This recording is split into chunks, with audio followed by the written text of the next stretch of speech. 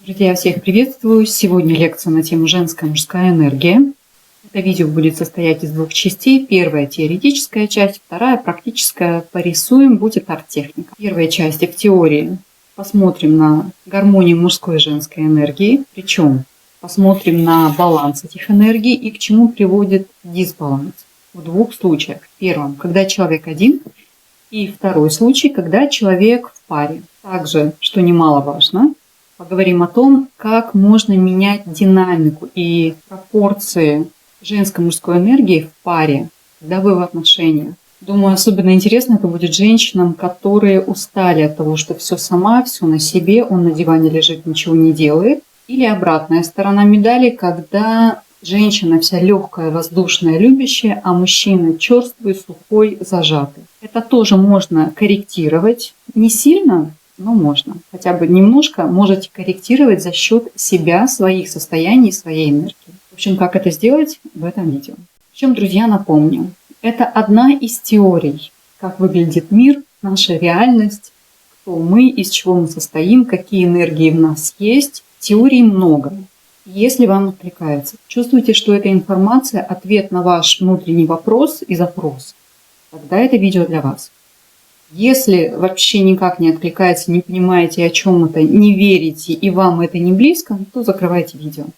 Ну и давайте начинать, приступать, смотреть на нас, каждого из нас, в контексте достижения целей через баланс мужского и женского, мужской и женской энергии. Самая простая прямая схема достижения желаемого – это «хочу», с которого все начинается, «могу», когда вы подкрепляете своими возможностями достичь то, чего хотите. И через действие приходите к «имею», то есть я владею, я получил то, что я изначально хотел. И теперь посмотрим. У нас есть женская энергия. Желание, возможность желать, мечтательность, романтичность, эмпатия, легкость, нежность, воздушность. То, что в большей степени считается женскими качествами. И все наши «хочу» и «желаю» – это как раз и есть на стороне женской энергии. За это отвечает женская энергия. Мужская энергия – это действие, стратегия, достижение, сосредоточенность на цели, воля, дисциплина, иногда жесткость, холодность. Это такой самурай, который движется к желаемому, несмотря ни на что. Вопреки всему, преодолевая все преграды, человек сосредоточенный на том, куда он идет. Поэтому это такая черствость иногда и жесткость. Состояние «могу» и «делаю». Как раз «могу» и «делаю» у нас отвечает в нашей схеме достижения желаемого за состояние «могу». И у нас «хочу» – это женская энергия, это вот это солнышко, которое заряжает, вдохновляет. И «могу», делаю, в том числе и действия, это на стороне уже за это отвечает мужская энергия. Имею, получаю тот, кто и хотел, и делал. Посмотрим ситуацию, когда человек один, без пары, не в отношениях. Берем первый пример, моя первая колонка, где пополам на пополам, 50 на 50, и женской, и мужской, то есть и хочу, и могу. Когда человек один, весь вот этот путь достижения цели он совершает в одиночестве. И использует свои и мужскую, и женскую энергию. Потому что других у него нет. Так как он один, он использует то, что есть. Баланс.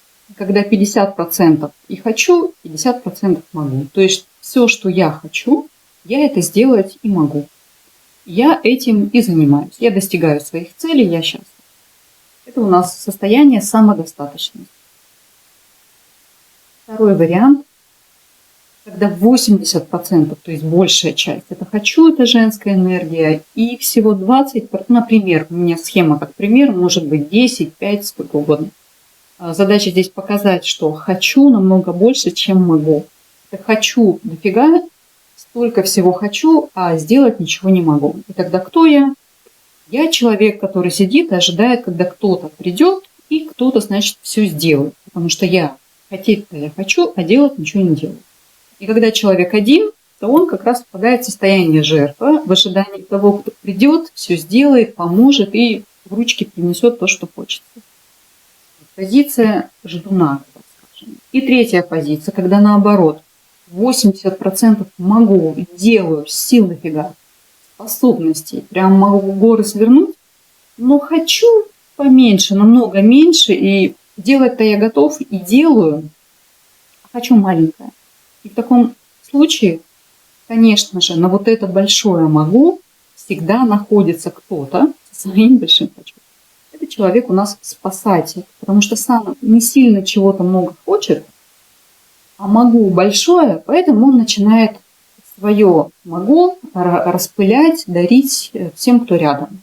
Рядом у нас, у такого человека рядом всегда найдутся вот те, кто много хочет, но ничего не может. Так обычно у нас пары и собираются. По закону баланса, сейчас об этом поговорим чуть ниже и позже. Так вот, спасатель тот, который много может, но не сильно хочет, поэтому он помогает и делает для других, для тех, у кого есть большое «хочу». Как с этим работать? Если вы один, например, вы женщина одинокая и понимаете, что вы впали в жертву, вот прям много чего хотите, но мало что для этого делаете, хотелось бы ситуацию изменить. Смотрим. Для этого нужно повысить мужские качества, мужскую энергию, то есть больше сосредоточиться на действиях, на стратегии, стать больше сконцентрирована на своей цели, не распыляться, подключить дисциплину и культивировать в себе, подтягивать, наращивать мужскую энергию за счет акцента на этих мужских качествах. Не забывать, конечно, про свое «хочу», чтобы не свалиться в спасателя. Но если свалились в спасателя, то делайте наоборот.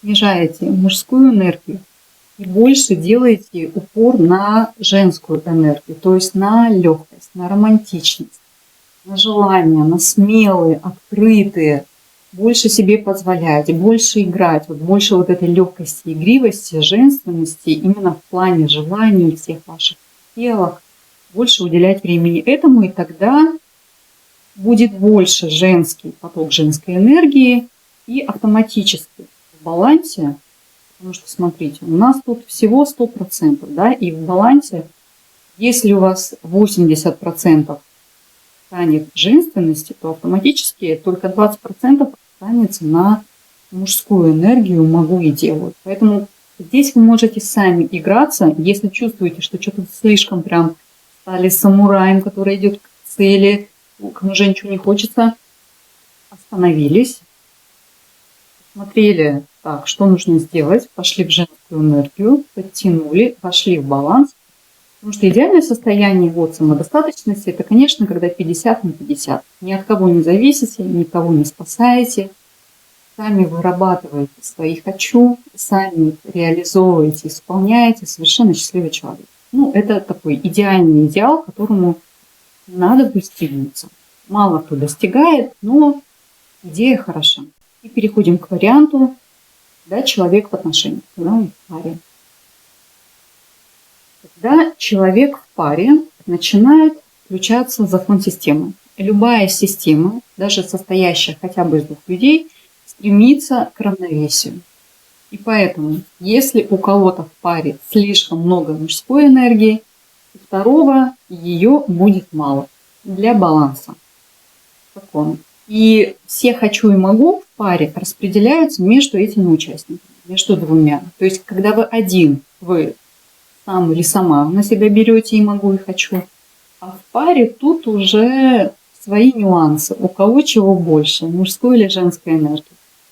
Давайте возьмем первый вариант, когда женской энергии у женщины больше, чем мужской. В таком случае здесь вот примерно всегда пропорция соблюдается. Да? Если у женщины 80% «хочу» женской энергии, то у мужчины будет оставаться 20% на его женскую энергию, на его «хочу».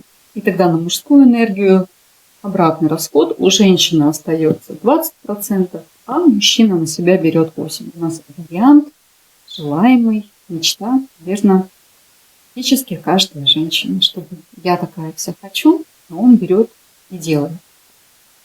В чем здесь может быть проблема? Чем больше в женщине хочу, тем больше в мужчине могу, и тем меньше его хочу. Чем это чревато?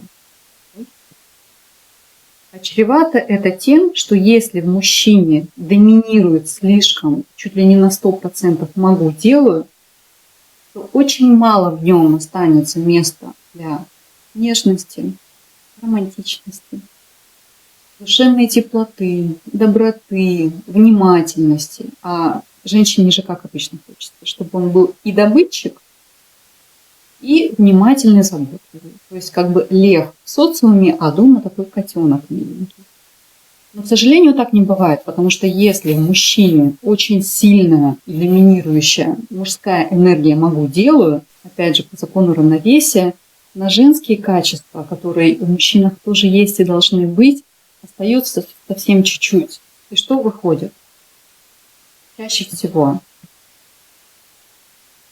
чем больше женщина хочет, желает, но при этом ничего не может, в общем, чем меньше вы можете сама, тем больше мужчина забирает эту функцию на себя, и тем меньше в нем вот этой романтичности, теплоты, внимательности, тонкости, душевности. Вот в чем дело.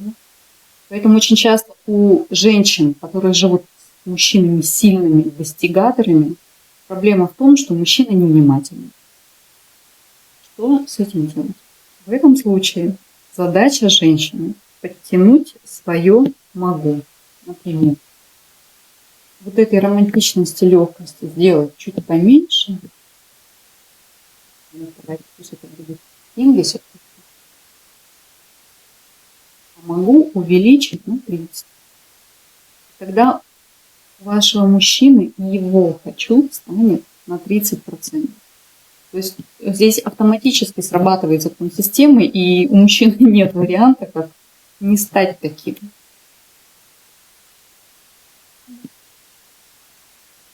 Это происходит чисто вот за счет баланса, равновесия систем. Поэтому если хотите, чтобы мужчина стал более нежным, более чутким, чуть-чуть увеличивайте свое «могу», свою целеустремленность, свою самодостаточность, свое умение достигать, дисциплинированность, собранность, ну и так далее, в общем, по мужским качествам. Второй вариант, когда наоборот. Когда у женщины маленькое «хочу», но большое «могу». Это вот тот случай, когда мужчина, у него наоборот, естественно, по закону равновесия, у него большое «хочу». Помните как-нибудь «любимая, подарю тебе звезду», она там сидит, шоркает эту сковородку, жрать готовит там за всеми, смотрит, ухаживает, заботится, а он весь такой мечтатель. Если вы в такой ситуации смотрите на процентовку ваших мужских и женских качеств энергии с вашим мужчиной и начинаете с себя, на мужчину вы к нему не лезете, он так не поменяется, через силу ничего не происходит. Начинаете менять себя, увеличивать свое «хочу». Как это сделать, себя могу предложить. Пакет, в котором есть и арт-техника, и ментальная техника из курса к мечте. Ходите, рисуйте. Техника, которая поможет вам начать больше хотеть, начать смотреть в себя и искать, как вы хотите жить. Из этого будет подкрепляться, расти ваше «хочу». Будете больше желать, больше воздушности, больше женственности, больше вот этой мечтательности. Позволите себе наконец-то больше и мечтать, и хотеть. А вслед за этим ваш мужчина, у него не останется выбора, ему придется подтянуть свое «могу». Потому что когда вы чуть-чуть расслабитесь в плане своего «могу» и «делаю», по закону равновесия мужчине придется чуть-чуть напрячься, снизить свою женскую энергию и усилить мужскую. Опять же, для баланса. Так работает система. Никуда от этого не деться. И мы можем это использовать себе на благо, своим отношениям. Ну и третий остался вариант в паре. Это когда про абсолютно равноправные отношения. Когда и мужчины 50 на 50, 50 на 50 хочу и могу, и у женщин 50 на 50 ее хочу и могу. Здесь стоит отметить, что кто-то может считать идеальный вариант вот такого вот равноправия. Кто-то зато, особенно ведическая психология, нам говорит о том, что Женщина должна хотеть, должна мечтать, ходить в длинной юбке, ничего не делать, лапки сложить, а все остальное это уже задача мужчины. Это его работа стремиться и приносить в клювике то, что женщина захотела. Но, друзья, мы все разные. У нас изначально заложен разный процент мужской и женской энергии. Есть девчонки, которые, они уже с детства пацанки, они уже с детства с сильным могу и делаю. И никуда вы это не задавите, никуда вы это в себе не спрячете. Можно с этим работать, немножко корректировать за счет усиления своей женской энергии, но поменять в корне это сложно, да и смысла в этом нет. Поэтому главное себя не обманывать. И если вы чувствуете, что вы сильная женщина, у вас до хрена какое огромное могу и делаю, и не надо себя тогда мучить и насиловать. Есть куча примеров счастливых отношений, вот именно таких пар, в которых женщины хочу не сильно большое, но развитое могу делаю, естественно, для баланса. Мужчина в таких отношениях, он более романтичный, нежный, заботливый.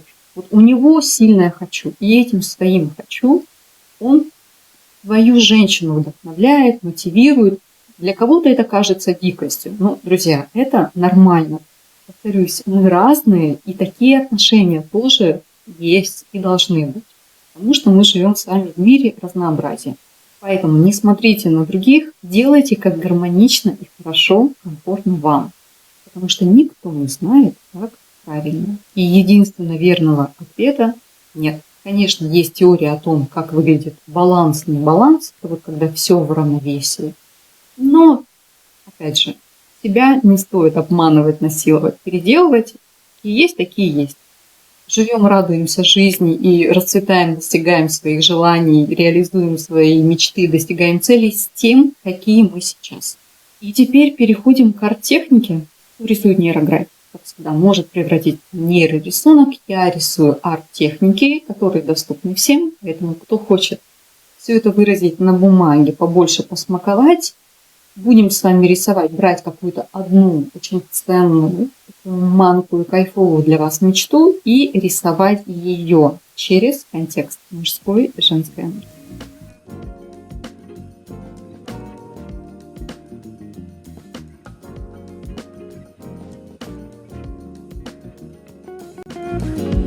You can try to hide the sun.